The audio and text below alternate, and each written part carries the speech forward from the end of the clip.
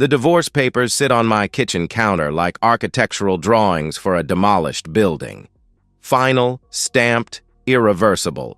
I run my fingers along the edge of the document, feeling the crisp paper that officially ends what I thought would last forever. The house echoes differently now, empty of her presence, her perfume, her lies. I built my life like a foundation, solid, measured, meant to last forever. That's what engineers do. We calculate load-bearing capacity, stress points, and structural integrity. We plan for earthquakes and hurricanes, but somehow I never planned for betrayal. My name is Michael Chen, and I'm 34 years old. For 12 years, I've designed bridges that span rivers and support systems that hold up skyscrapers. I understand how things break, the physics of failure, the mathematics of collapse, but understanding something intellectually and feeling it tear through your chest are vastly different experiences. I met Claire in the university library during my senior year. She was studying art history, surrounded by books about Renaissance painters, while I pored over structural engineering texts. The contrast should have been a warning. Artists see possibilities where engineers see limitations. But her laugh, bright and sudden in that quiet space, made me look up from my calculations. "You're the guy who color codes his notes, aren't you?" she had said, sliding into the chair across from me uninvited. Her blonde hair caught the afternoon light streaming through the tall windows. "Efficiency," I had replied, suddenly self-conscious about my systematic highlighting. "Blue for formulas, green for someone who builds things meant to last centuries.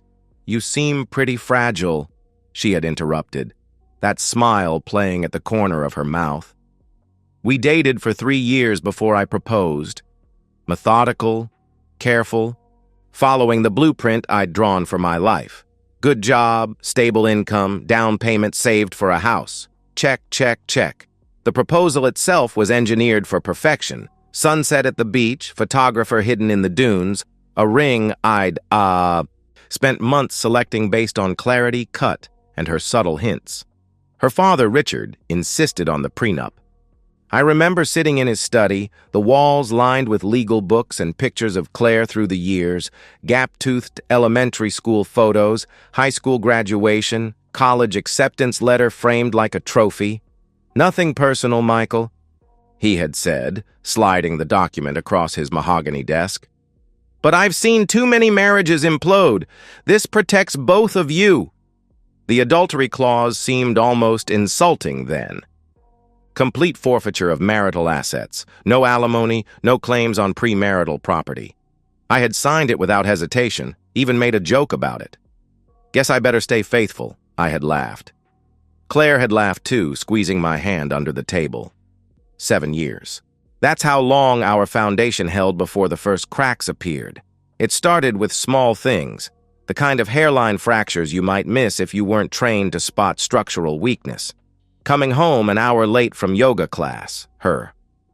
Phone face down on the nightstand, suddenly password protected. The way she'd step out onto the porch to take certain calls, claiming the reception was better outside. I remember the exact moment I knew. Tuesday, March 15th, 11:47 p.m. She'd fallen asleep on the couch, and her phone buzzed with a text. The preview showed on the screen. "Can't stop thinking about this afternoon. When can I see you again?" My engineering mind immediately began calculating. Probability of innocent explanation, statistical likelihood of misunderstanding, margin of error in my assumptions. But numbers don't lie, and neither did the feeling in my gut. That cold, precise certainty that comes when a structure is about to fail. I should have known that even the strongest foundations can be undermined from within. I became the kind of man who spies on his wife on a Thursday morning in April. The decision came to me fully formed, like a structural solution appearing after hours of calculation, sudden, complete, and inevitable. The credit card statement lay spread across my home office desk, highlighted in my systematic way. Yellow for normal expenses, groceries, gas, her monthly massage. pink for the anomalies. A charge at Victoria's Secret on a Tuesday when she'd said she was at her mother's. A restaurant bill for two during her supposed solo shopping trip. A hotel bar charge, just drinks, but why would she be at the Marriott downtown at 2 p.m. on a Wednesday? My logical mind cataloged each discrepancy while my heart performed its own desperate calculations, trying to find innocent explanations. Maybe she was buying lingerie as a surprise. Maybe she met a friend for lunch. Maybe the hotel bar was a work meeting she'd forgotten to mention. But engineers are trained to recognize patterns, and the pattern was clear. Detective Ray Sullivan came recommended by my attorney, a consultation I'd scheduled under the pretense of updating our wills. Sullivan's office occupied the third floor of a building I'd helped design 5 years ago, a detail that felt cosmically cruel. He looked exactly like Central Casting would send for private investigator, weathered face, gray stubble, eyes that had seen too much. "Married?" he asked after I'd explained why I was there. 7 years, I answered. "Kids," he continued. "No. We've been trying," I replied. The lie came automatically now. He nodded slowly, making notes in a small pad. "You sure you want to know? Once that door opens, you can't close it again." "I need to know if my calculations are correct," I stated. He studied me then, really looked at me. "You're an engineer, right? You deal in facts, measurements, certainties. This work, it's messier than that. People aren't buildings.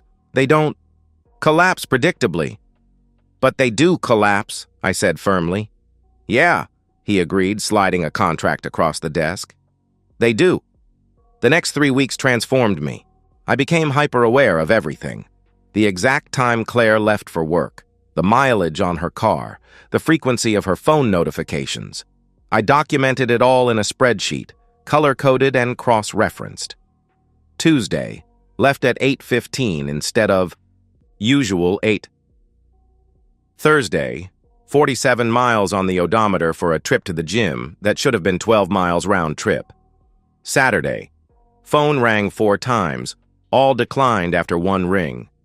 Meanwhile, Claire became suddenly affectionate. She initiated intimacy for the first time in months. She cooked elaborate dinners, my favorite pasta, the complicated lamb dish she usually saved for special occasions. She'd curl against me on the couch, running her fingers through my hair while we watched TV.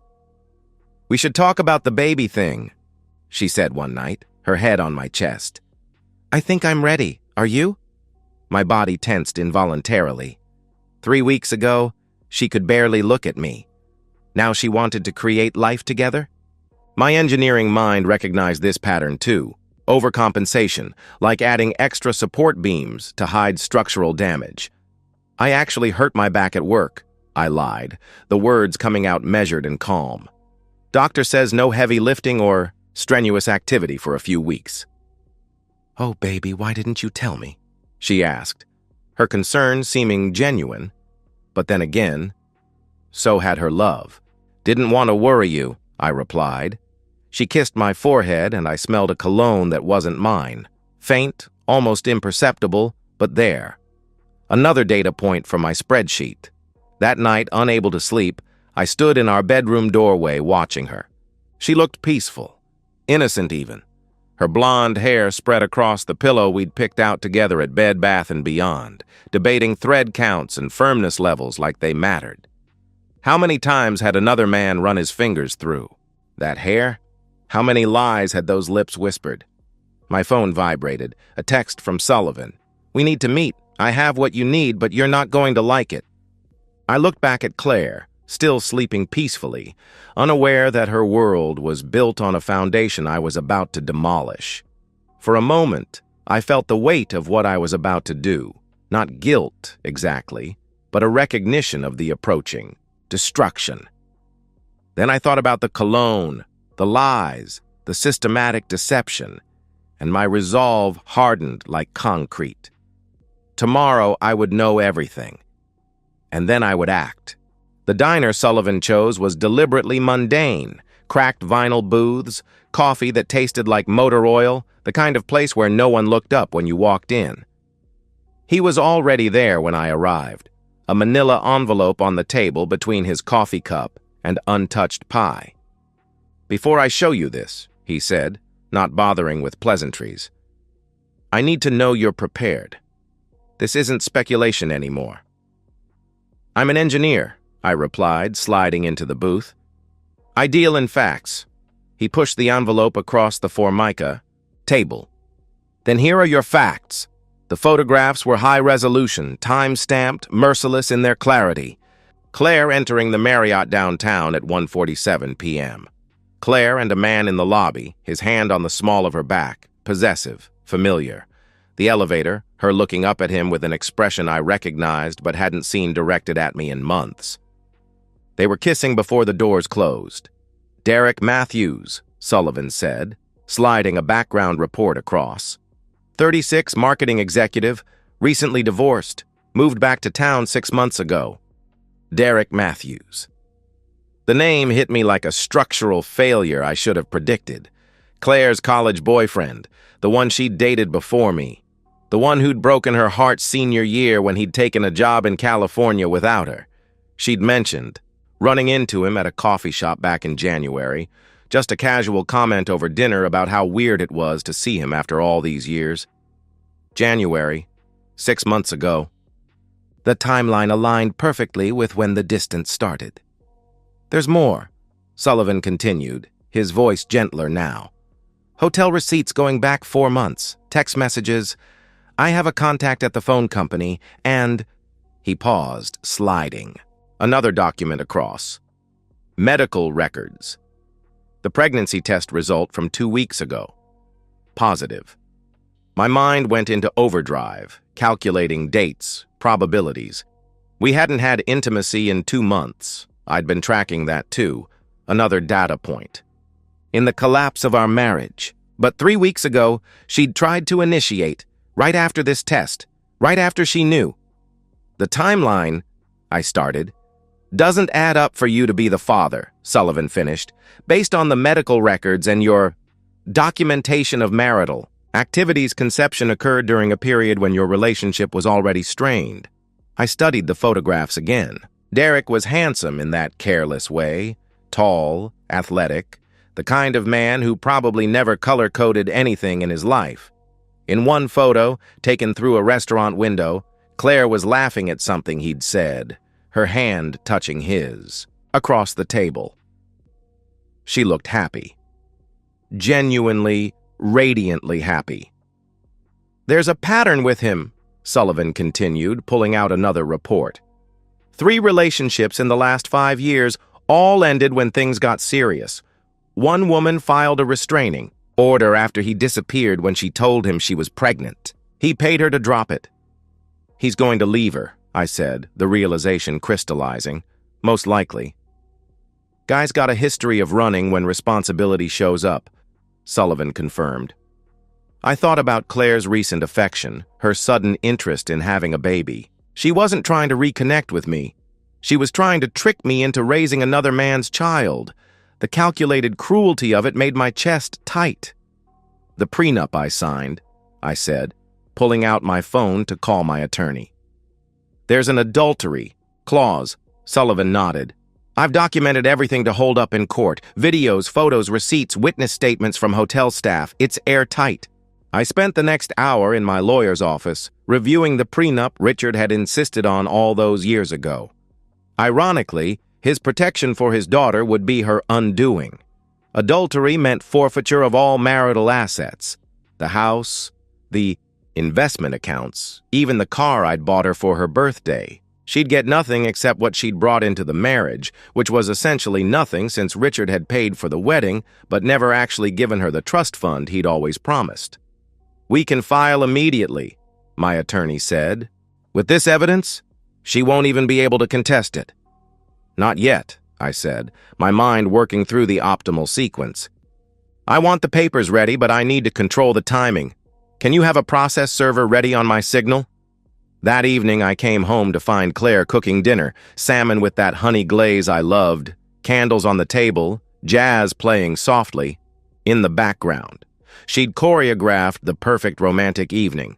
"Hi, baby," she said, kissing me with an enthusiasm that now felt like mockery. "I thought we could talk about the future tonight. You know, make some plans." "That sounds perfect," I replied, playing my part while calculating her destruction. "Let's definitely talk about the future." She smiled, unaware that her future was about to collapse like a building with compromised foundations, suddenly, completely, and irreversibly. I scheduled the demolition for a Tuesday morning. Claire would be served at exactly 10:15 a.m. during her weekly team meeting at the art gallery where she worked.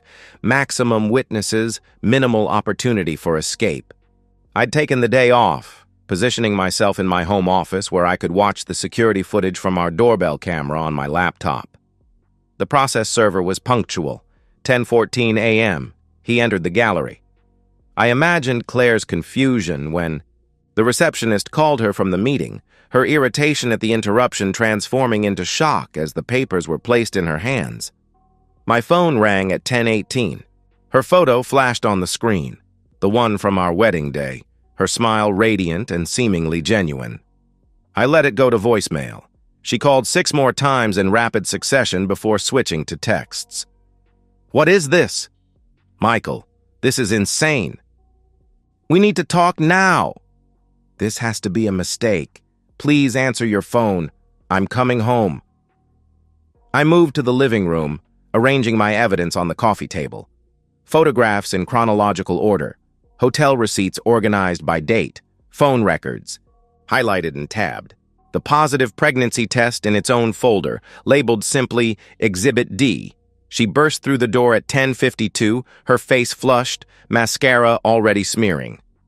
"Michael, what the hell is this?" she demanded. "Divorce papers," I replied, my voice steady.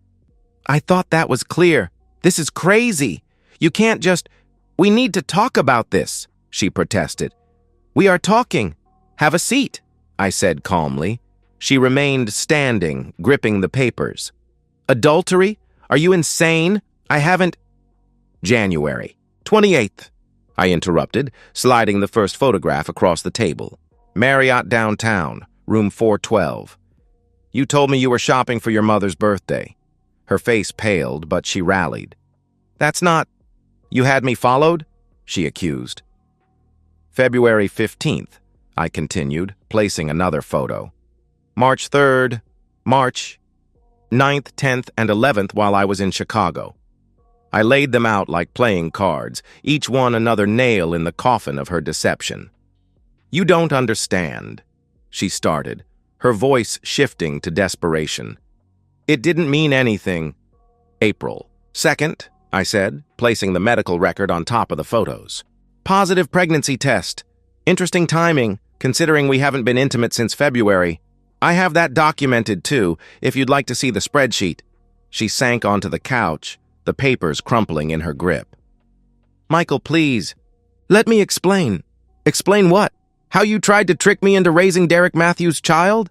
How you suddenly became affectionate after months of distance, right after finding out you were pregnant with another man's baby?" I asked coldly.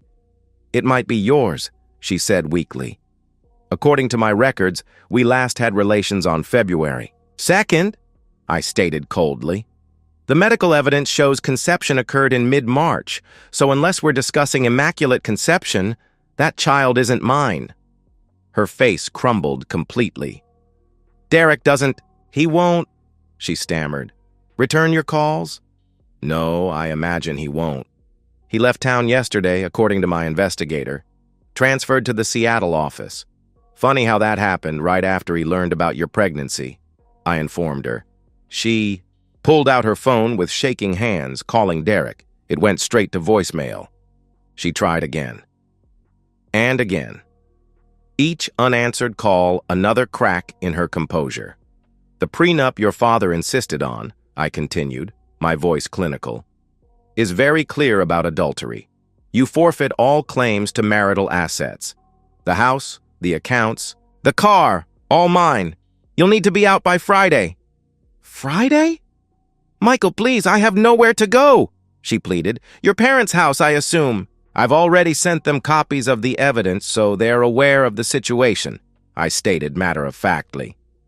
You sent to my parents? She asked, her voice breaking completely.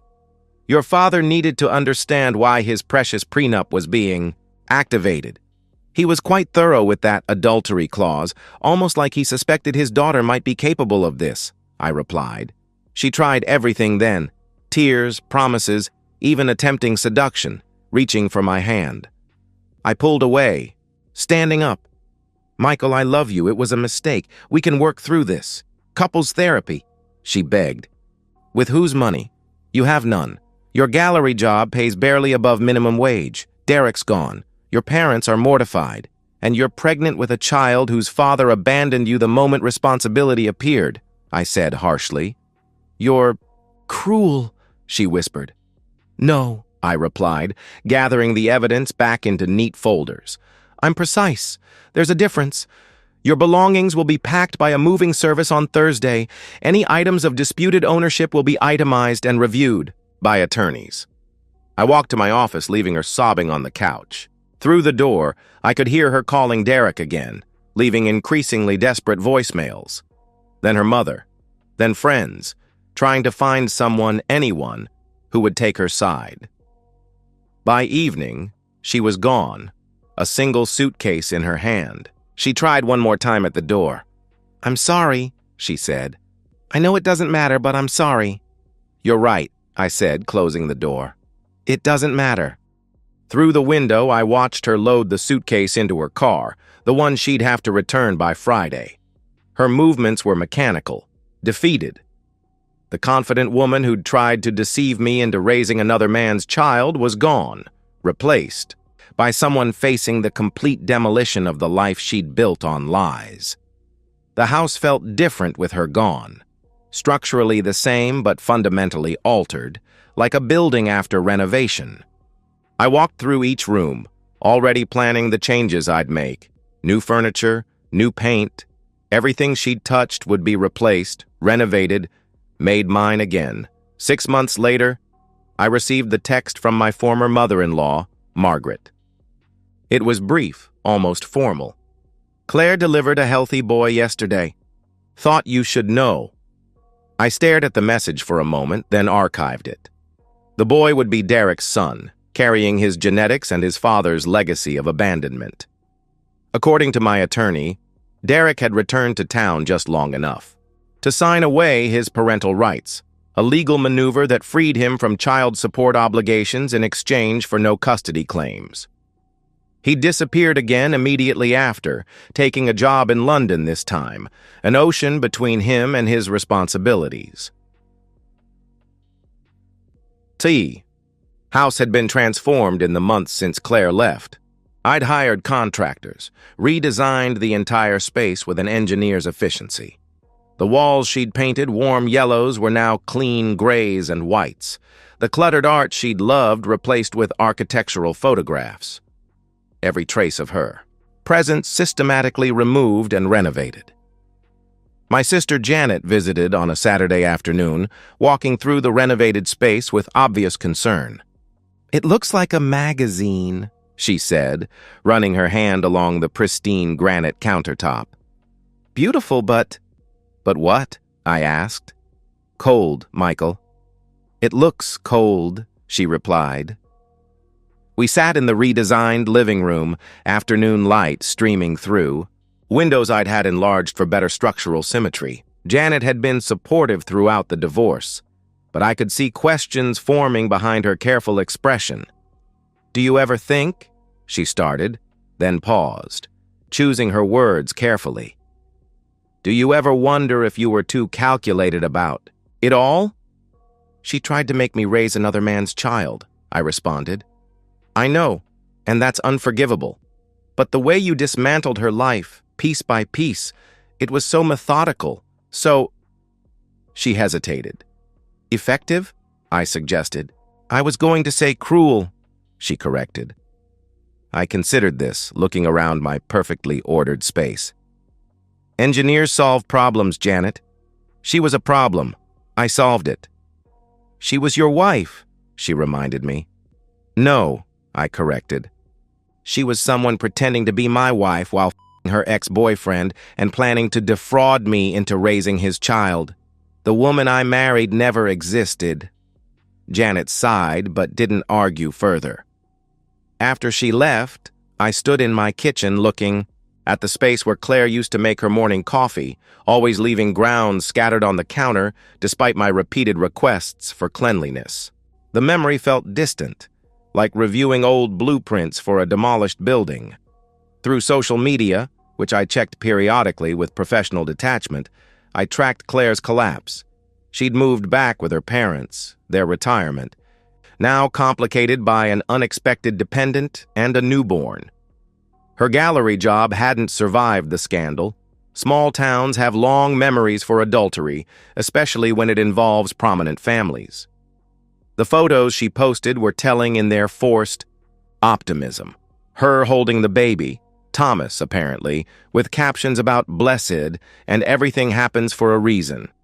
But I could see the exhaustion in her eyes, the weight gain she couldn't shed, the cheap apartment visible in the background when she'd finally moved out of her parents' house after 4 months of what I imagined were tense, shame-filled dinners. Richard, her father, had reached out once, 3 months after the divorce. We met for coffee at his request. I wanted to apologize, he had said, looking older than I remembered. The prenup was meant to protect her, but you didn't think she'd be the one violating it, I finished. He nodded slowly. I failed her somehow. Her mother coddles her. Now, says you were too harsh, but I know better. She made her choices. How is she? I asked. Struggling. Derek sends money occasionally, not court-ordered, just guilt payments that arrive randomly. Never enough, never reliable, she's working. Part-time at a daycare center, the irony of which isn't lost on anyone, he answered. And the child? I inquired. Looks just like his father, Richard said bitterly. She sees Derek every time she looks at him. I think that's the worst punishment of all, raising a constant reminder of the man who abandoned her for the life she destroyed to be with him. I felt something then. Not satisfaction exactly, but a sense of mathematical balance. Actions and consequences properly aligned. The last time I saw Claire was at a grocery store, 8 months after the divorce. She was in the baby food aisle, Thomas in the cart seat, comparing prices on formula with the focused intensity of someone counting every dollar. She looked up and saw me, her face cycling through expressions. Shame, regret, a flash of the anger she probably felt entitled to. I nodded, polite but distant, the way you acknowledge someone you used to know. She opened her mouth as if to speak, then closed it, turning back to the formula prices. I continued to the checkout, my basket full of ingredients for a dinner party I was hosting. Colleagues, new friends, a life rebuilt on solid foundations. Standing. In my renovated kitchen that evening, preparing dinner for guests who knew nothing of my previous life, I thought about structures and collapse, about the things we build and the forces that destroy them. Claire had been like a hidden fracture, a weakness in the foundation I hadn't detected until almost too late. But I'd survived the collapse. More than survived. I'd cleared the debris and built something better, something entirely mine. The house stood solid around me, every beam and joint precisely placed, engineered to last. My phone buzzed. A text from a woman I'd met at a conference, confirming our dinner plans for next week. I smiled, already calculating the probability of success, the structural integrity of potential futures. This time I'd check the foundations more carefully. This time I'd build something that would last. And that's the end of today's story. If you enjoyed it, please give this video a thumbs up and drop a comment below. Your support helps the algorithm push my content further. If you're new to the channel, don't forget to hit that subscribe button. It really helps me keep creating more stories for you. Thanks for watching, and I'll see you in the next one.